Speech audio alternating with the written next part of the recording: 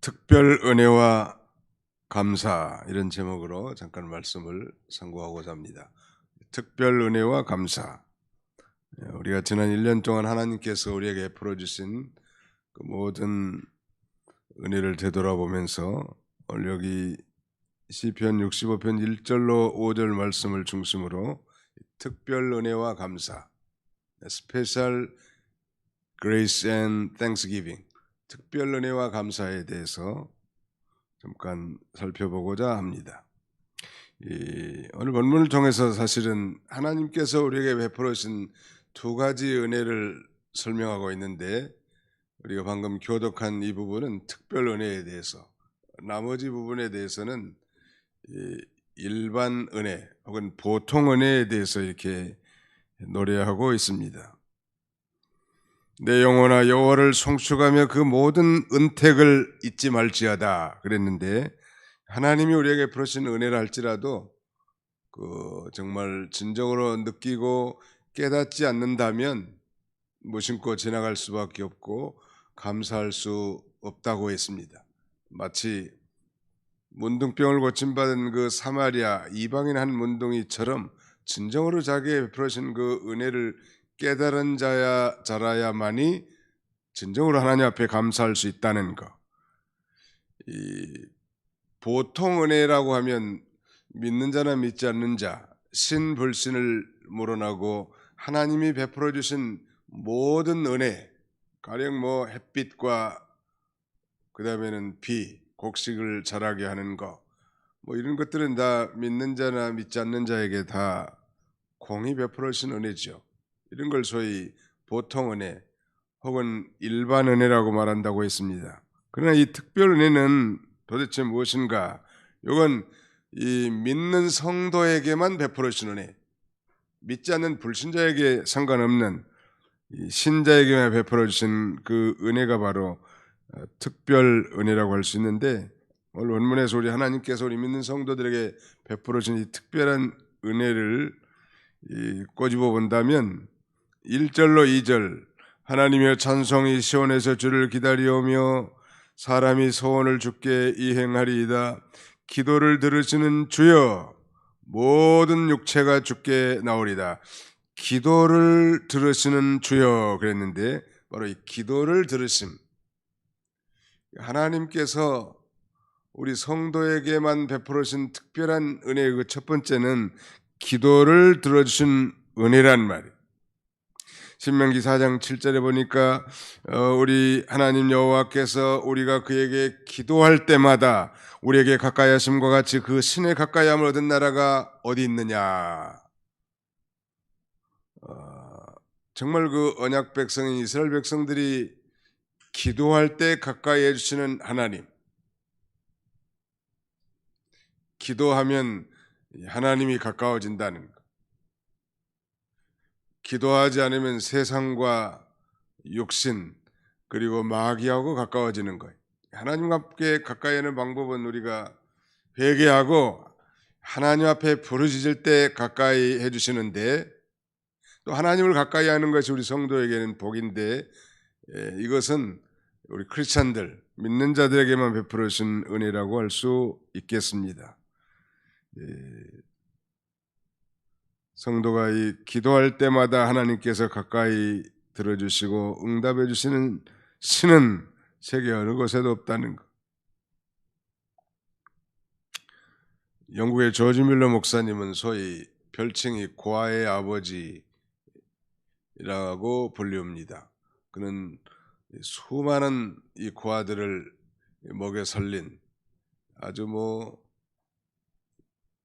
근데 중요한 것은 그 수많은 고아를 먹여 살리는 일을 그의 기도를 통해서, 그 기도의 응답을 통해서 이루어졌다고 고백하고, 자신은 5만 번이나 기도 응답을 받았다고 그렇게 책에 기록하고 있습니다.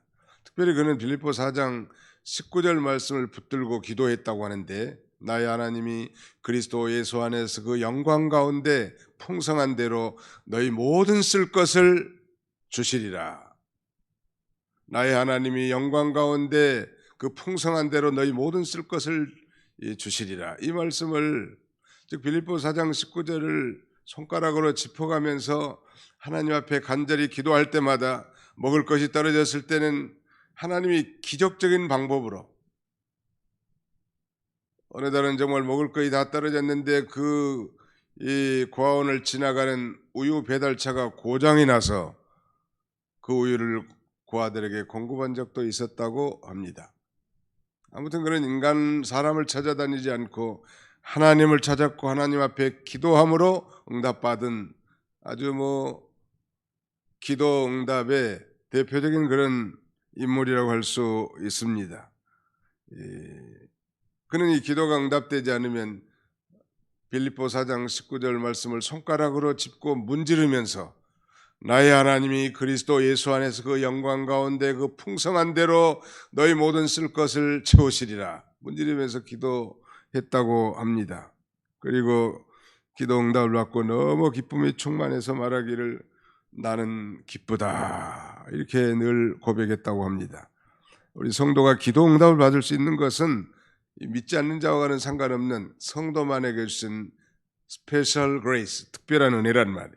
하나님께서 기도 응답함에 있어서 시간상의 지체는 있을지 몰라도 하나님의 뜻에 맞는 기도라면 너희가 구한 것은 이미 받는 줄로 믿으라 라고 말씀하셨죠. 너희가 내 안에 거하고 내 말이 내 안에 거하면, 너희가 내 안에 거하고 내 말이 너희 안에 거하면 무엇이든지 구하라 그리하면 이루시리라 말씀하셨단 말이에요. 그러므로 하나님의 뜻이라면 까지 참고 기다리면서 기도할 때 그 기도가 마침내 쌓여서 때가 되면 하늘에 상달된단 말이에요. 이 상달은 올라간다는 말이죠. 누가복음 1장에 보면 제사장 사가랴는 그의 부인 엘리사벳과 함께 나이가 늙도록 자녀가 없었습니다. 제사장이라는 것은 세습제였기 때문에 자녀가 없다는 것은 곧 당대의 제사장 직분이 끝나는 비극이죠. 유대사에도 소위 우리 동양의 우리 한국처럼 그런 남자 존중 사상이 아주 강했던 것 같아요. 또 아이를 특별히 귀중하게 생각했고, 그래서 아마 기도를 얼마나 성전에 들어가서 제사장의 직무를 감당할 때마다 늘 기도한 것 같아요. 하나님, 이 늙은 몸이지만 이 말하자면 직무를 계승할 후계자를 주옵소서. 얼마나 기도를 많이 했는데도 하나님 응답해 주지 안 해주셨죠. 그러나 이제 완전히 여자의 맨스가 끝나고 남자로서도 제대로 구실하지 못할 늙은 영감님 할머님이 됐는데도 이 놀라운 이 천사를 통해서 수태 고지를 듣습니다. 내 아내 엘리사벳에게 아이를 낳을 거라.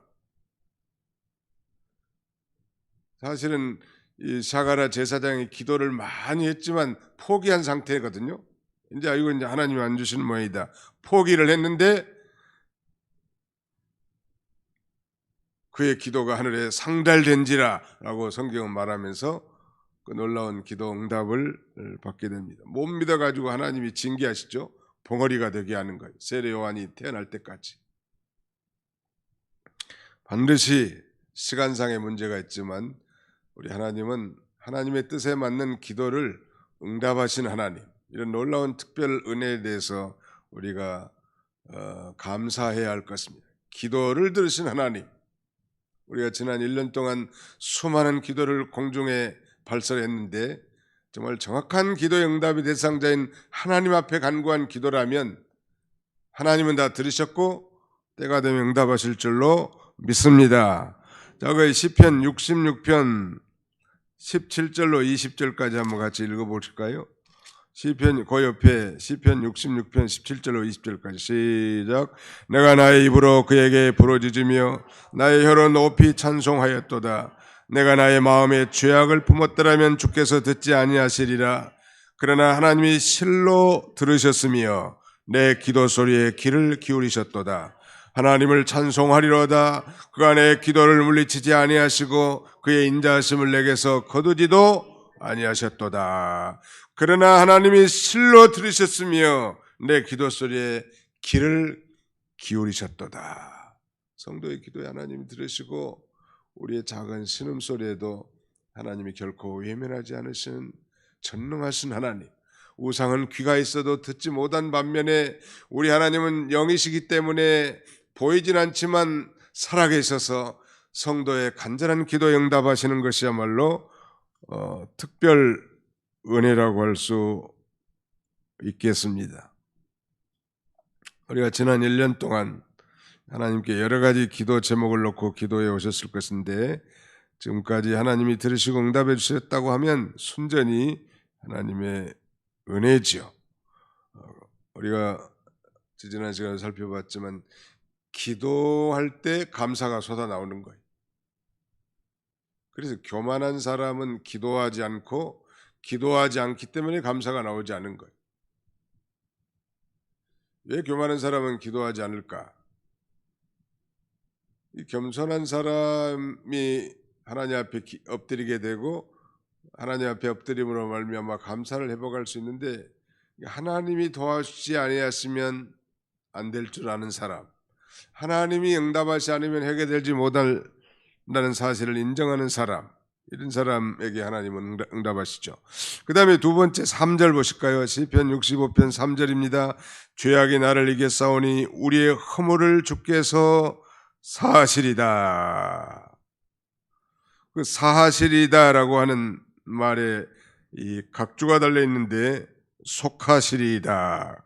바로 두 번째 특별 은혜는 우리의 죄를 사해 주심, 우리의 허물을 사해 주심, 뭐 이렇게 해도 될 것 같아요. 여기 사하시리다는 말은 각주에는 속하시리다라고 되어 있는데 원어에는 카파르 이렇게 되어 있거든요. 카파르라는 말이 덮다 그런 말이. 우리가 죄가 없는 존재가 아니라 죄가 있지만 하나님께서 그의 피로 우리의 모든 죄를 다 덮어서 하나님이 보실 때 깨끗한 것으로 인정해 주는 것입니다. 아주 지저분한 집의 이 벽에 말이죠. 외벽에 낙서가 많이 됐으면 흉하잖아요.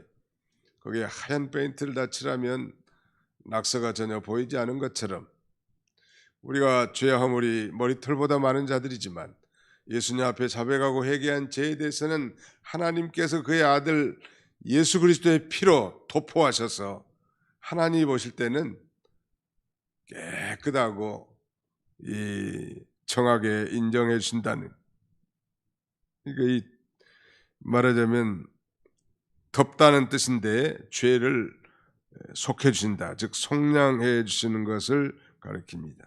아마 오늘 이 시인이 죄와의 싸움에서 패배하여 이제는 오직 주님의 사하심을 바랄 수밖에 없는 그런 비참한 신세가 됐는데 그 누구도 하나님의 도우심이 없이는 죄의 문제를 해결할 수 없는 인생들인데 바로 이 죄를 사해 주신 것, 우리의 허물을 용서해 주신 것이야말로 하나님 앞에 감사의, 특별 감사의 이 제목이라고 할 수 있겠죠.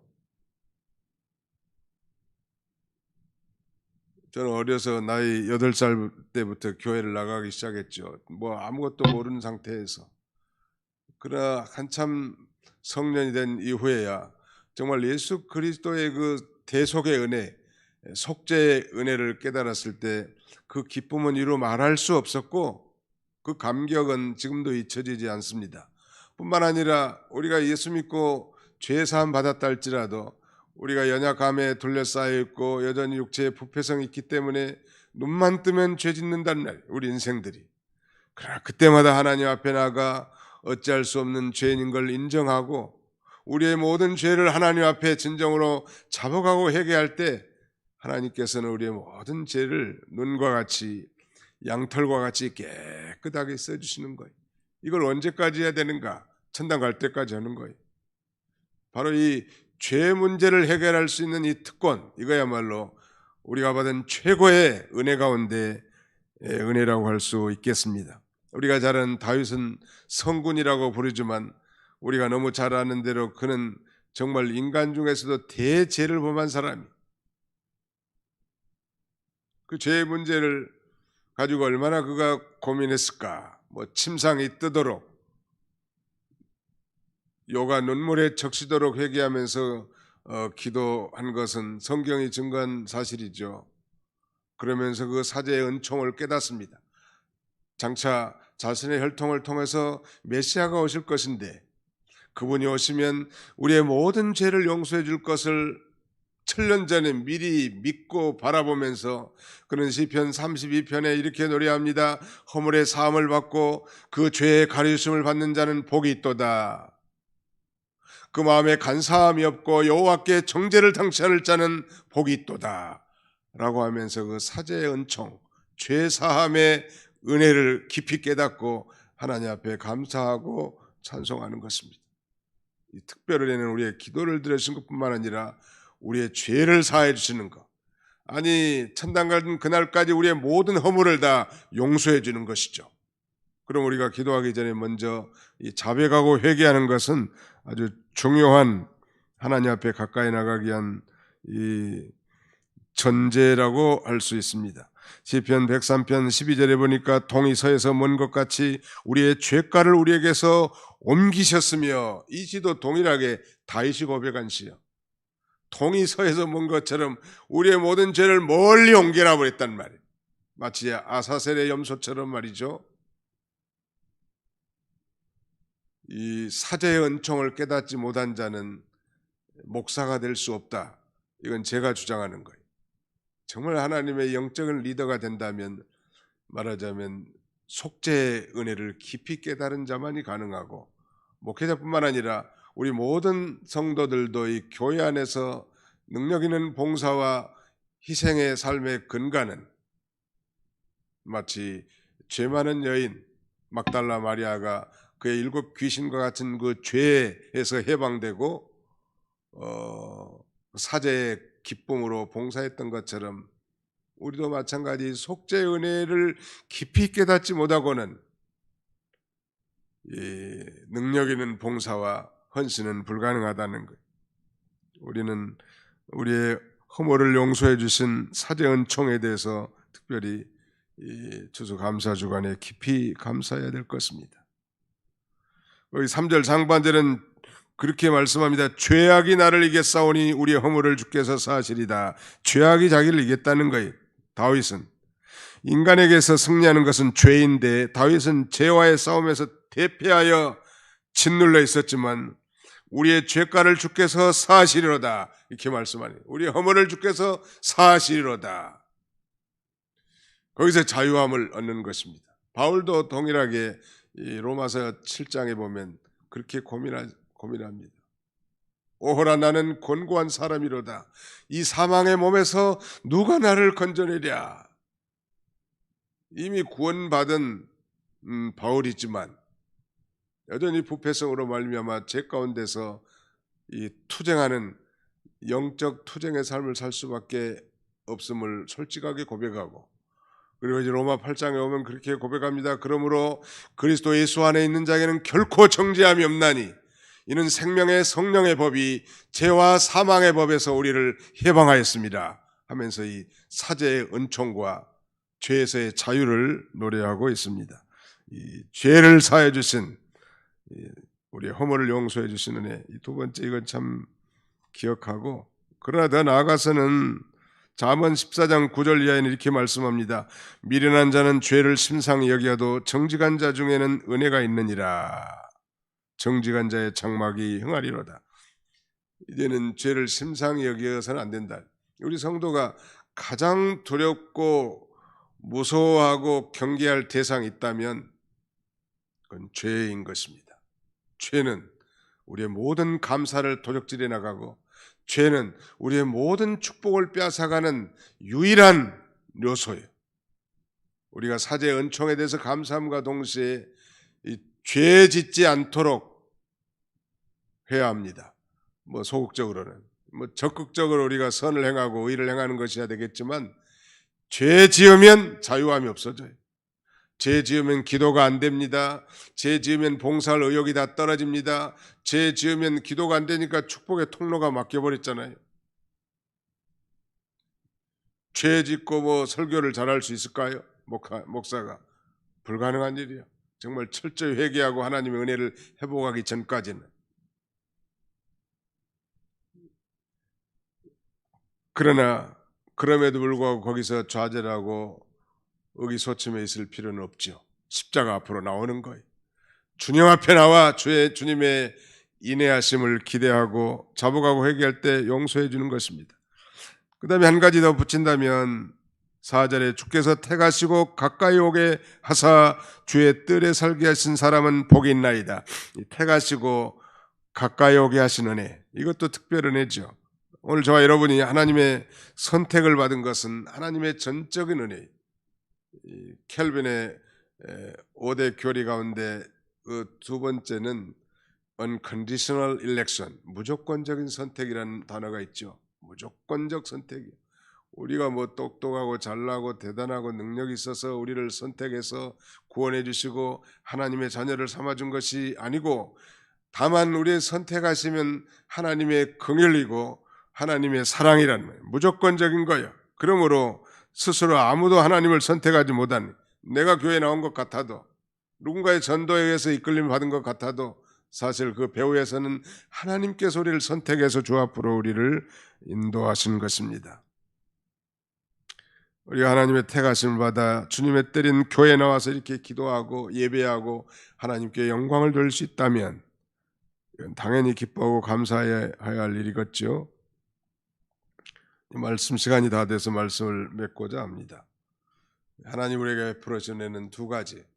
하나는 보통 은혜고 다른 하나는 특별 은혜입니다. 보통 은혜는 믿는 자나 믿지 않는 자 공히 모두에게 베풀어 주신 하나님의 은혜이지만, 특별히 우리 성도는 믿는 자에게만 주신 이 특별 은혜를 받은 자예요. 그 첫 번째가 기도를 들어주시고 우리의 모든 죄를 사해 주실 뿐만 아니라 우리를 택하시고 가까이 오게 하셔서 그 축복의 그늘에 거하게 하셨다는 사실, 이걸 우리가 이 특세 기간에 깊이 생각하면서 감사를 해보고 하는 저와 여러분들이 다 되시기를 주님의 이름으로 축원합니다.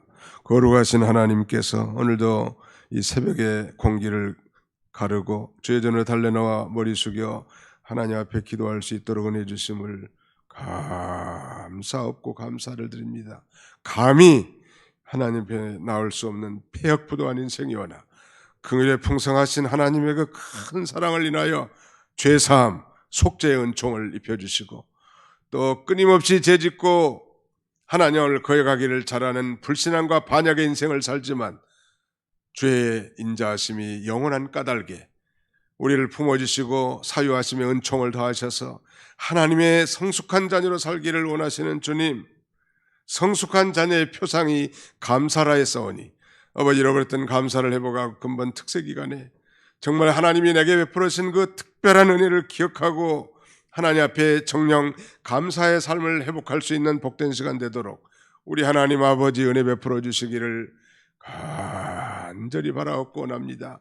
그의 인자하심이 영원하미로다 고백하고 반복해서 노래한 시인과 같이 우리도 그의 인자하심이 영원한 걸 알고 의기소침하지 말고 좌절하고 낙심하지 말고 주님 앞에 나와 회개하며 주님을 찾아 우리 하나님을 노래하고 찬송하며 감사하고 영광을 돌리는 우리의 인생이 되도록 축복하여 주시옵소서.